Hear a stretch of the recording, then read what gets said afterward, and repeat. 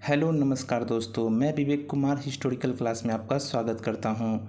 आज Bihar police constable का set number 6 है।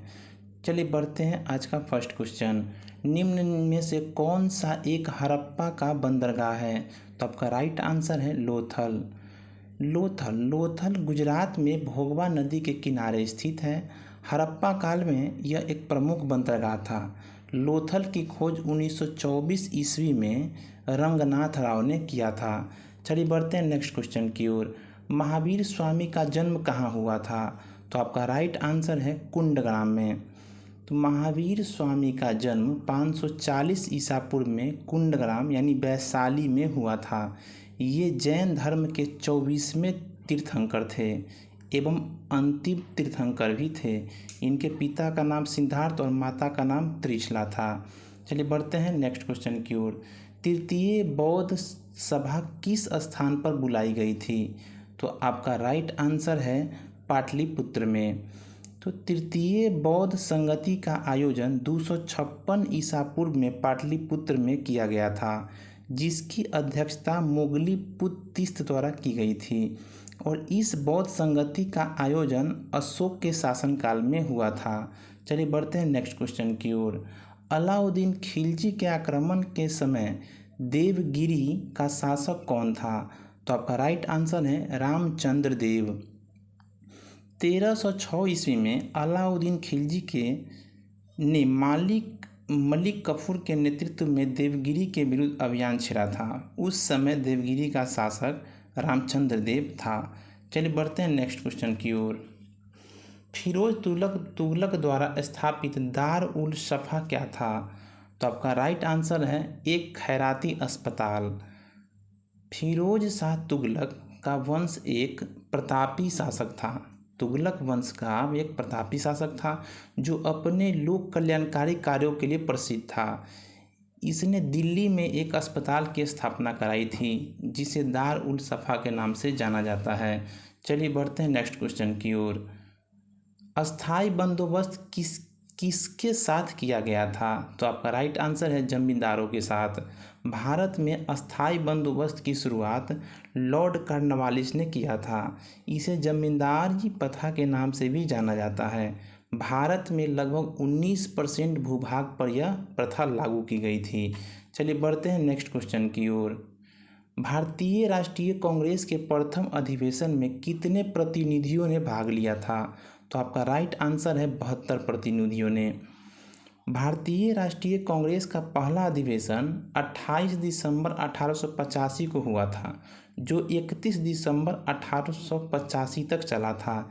इसमें कुल 72 प्रतिनिधियों ने भाग लिया था और इस अधिवेशन की अध्यक्षता WC बनर्जी यानी व्योमेश चंद्र बनर्जी ने किया था। चलिए बढ़ते हैं नेक्स्ट क्वेश्चन की ओर। असहयोग आंदोलन शुरू किया गया था असहयोग आंदोलन किस वर्ष शुरू किया गया था? तो आपका राइट आंसर है 1920 में। खिलाफत आंदोलन तथा जलियांवाला बाग हत्याकांड के विरोध में 1 अगस्त 1920 को असहयोग आंदोलन की शुरुआत की गई थी और वर्ष 1922 में हुए चौरा चौरी कांड के बाद इस आंदोलन को स्थगित करना पड़ा था। चलिए बढ़ते हैं नेक्स्ट क्वेश्चन की ओर। स्वराज दल की स्थापना किसने की थी? तो स्वराज दल की स्थापना चित्तरंजन दास एवं मोतीलाल नेहरू ने की थी। स्वराज पार्टी की स्थापना 1 जनवरी 1923 में मोतीलाल नेहरू तथा चित्तरंजन दास द्वारा किया गया था। इस पार्टी का मुख्य उद्देश्य भारतीयों के लिए स्वशासन तथा राजनीतिक स्वतंत्रता प्राप्त करना था। चलिए बढ़ते हैं नेक्स्ट क्वेश्चन की ओर। भारतीय राष्ट्रीय कांग्रेस का 27वां अधिवेशन किस स्थान पे हुआ था? तो आपका राइट आंसर है बांकीपुर पटना। तो भारतीय राष्ट्रीय कांग्रेस का 27वां अधिवेशन बांकीपुर पटना में किया गया था। इस अधिवेशन की अध्यक्षता माधोलकर जी ने किया था और 1922 का कांग्रेस अधिवेशन गया में आयोजित किया गया था, जिसकी अध्यक्षता चित्तरंजन दास ने किया था। चलिए बढ़ते हैं नेक्स्ट क्वेश्चन की ओर। राजकुमार शुक्ला किस गांव के निवासी थे? तो आपके राइट आंसर है मुरली भरहवा के। राजकुमार शुक्ल चंपारण जिले के मुरली भरावा गांव के निवासी थे। उन्होंने अपने क्षेत्र के किसानों की समस्या के समाधान हेतु कई महत्वपूर्ण कदम उठाए थे। राजकुमार शुक्ल के प्रयास से ही महात्मा गांधी चंपारण आए थे और 3 कठिया पत्ती को समाप्त किया था। चलिए बढ़ते हैं नेक्स्ट क्वेश्चन की ओर। उत्तर बिहार किसके लिए प्रसिद्ध है? तो आपका राइट आंसर है बाढ़ के लिए। उत्तर बिहार प्रतिवर्ष बाढ़ की समस्या से ग्रसित रहता है। यह क्षेत्र कृषि हेतु काफ़ी महत्वपूर्ण है, परंतु प्रत्येक वर्ष बाढ़ आने के कारण फसलों को नुकसान हो जाता है।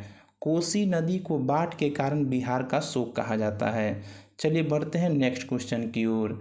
निम्न में से कौन सा एक मानव अधिकार भारतीय संविधान के अंतर्गत मौलिक अधिकार भी है? तो आपका राइट आंसर है शिक्षा का अधिकार। 86वां संविधान संशोधन अधिनियम 2002 के द्वारा अनुच्छेद 21 के क में शिक्षा का अधिकार को जोड़ा गया था, जिसमें 6 से 14 वर्ष के बच्चे को निःशुल्क और अनिवार्य शिक्षा प्राप्त करने का अधिकार दिया गया था। चलिए बढ़ते हैं नेक्स्ट क्वेश्चन की ओर। भारतीय संविधान में संशोधन करके शिक्षा का अधिकार कब जोड़ा गया था? तो आपके राइट आंसर है 1 अप्रैल 2010 को।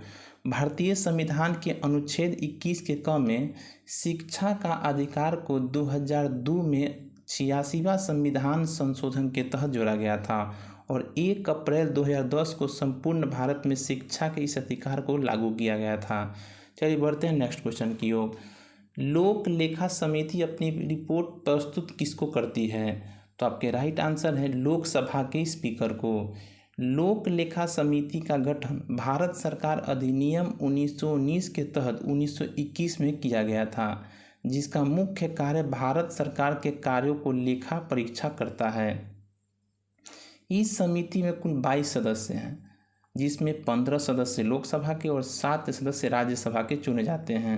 लोक लेखा समिति को प्राकरण समिति का जुड़वा बहन भी कहा जाता है। चलिए बढ़ते हैं नेक्स्ट क्वेश्चन की ओर।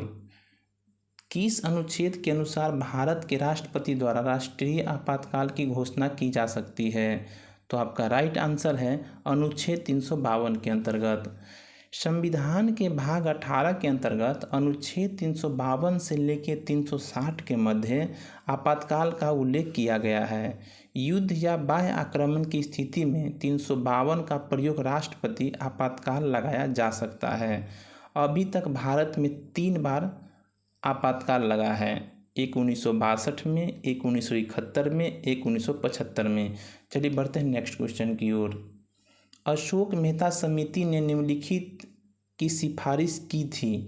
क्या चीज़ की सिफारिश उसने की थी? तो उसने पंचायती राज की द्वितीय स्तरीय सरकार की सिफारिश की थी। देखिए, अशोक मेहता समिति का गठन दिसंबर 1977 में किया गया था। इस समिति में कुल 13 सदस्य थे और इसने वर्ष 1978 में अपनी रिपोर्ट प्रस्तुत की थी। इस समिति ने पंचायती राज व्यवस्था को 2 स्तरीय बनाने का सुझाव दिया था। चलिए बढ़ते हैं नेक्स्ट क्वेश्चन की ओर। पौधे को सबसे अधिक पानी किस मिट्टी में मिलता है? तो आपका राइट आंसर है चिकनी मिट्टी में। पौधे को सबसे अधिक पानी चिकनी मिट्टी से प्राप्त होता है, क्योंकि इसमें पानी का धारण करने का क्षमता अधिक होता है, जबकि बलुई मिट्टी में सबसे कम होता है। चलिए बढ़ते हैं नेक्स्ट क्वेश्चन की ओर। निम्न में से कौन सा सौरमंडल का भाग नहीं है? तो आपका राइट आंसर है निहारिका। चलिए बढ़ते हैं नेक्स्ट क्वेश्चन की ओर। निम्न में से कौन सा शहर गंगा नदी के किनारे स्थित नहीं है? तो आपका राइट आंसर है फतेहपुर। फतेहपुर गंगा नदी के किनारे स्थित नहीं है। गंगा नदी के किनारे स्थित प्रमुख शहर है कानपुर, इलाहाबाद, पटना, भागलपुर, वाराणसी, हरिद्वार और साहिबगंज। चलिए बढ़ते हैं नेक्स्ट क्वेश्चन की ओर। निम्न में से किस राज्य में अनुसूचित जाति के लोगों की संख्या सबसे अधिक है? तो आपका राइट आंसर है पंजाब में। भारत में सबसे अधिक अनुसूचित जाति यानी एससी पंजाब राज्य में है। भारत में 5 सबसे अधिक अनुसूचित जाति जनसंख्या वाले राज्य हैं। एक पंजाब, हिमाचल प्रदेश, पश्चिम बंगाल, उत्तर प्रदेश और हरियाणा। चलिए बढ़ते हैं नेक्स्ट क्वेश्चन की ओर। प्रकाश संश्लेषण होता है, तो प्रकाश संश्लेषण आपका क्लोरोप्लास्ट में होता है। क्लोरोप्लास्ट में उपस्थित हरे रंग का वर्णक है जहाँ प्रकाश संश्लेषण की क्रिया द्वारा भोजन बनाया जाता है। चलिए बढ़ते हैं नेक्स्ट क्वेश्चन की ओर। पौधे जो नमक युक्त मिट्टी में उगते हैं उसे क्या कहते हैं? तो उसे हैलोफाइट कहते हैं। नमक युक्त मिट्टी में उगने वाले पौधे को हैलोफाइट कहते हैं। जलीय क्षेत्रों में उगने वाले पौधों को हाइड्रोफाइट कहते हैं। चलिए बढ़ते हैं नेक्स्ट क्वेश्चन की ओर। सिरका का पीएच मान कितना होता है? तो आपका राइट आंसर है 2.4। चलिए बढ़ते हैं नेक्स्ट क्वेश्चन। जेनेटिक्स निम्न में से किसका अध्ययन है? तो जेनेटिक निम्न में से आनुवांशिकता और विचरण का अध्ययन है। चलिए आपको ये वीडियो अगर अच्छा लगे तो लाइक, सब्सक्राइब, शेयर ज़रूर करें। जब तक के लिए जय हिंद।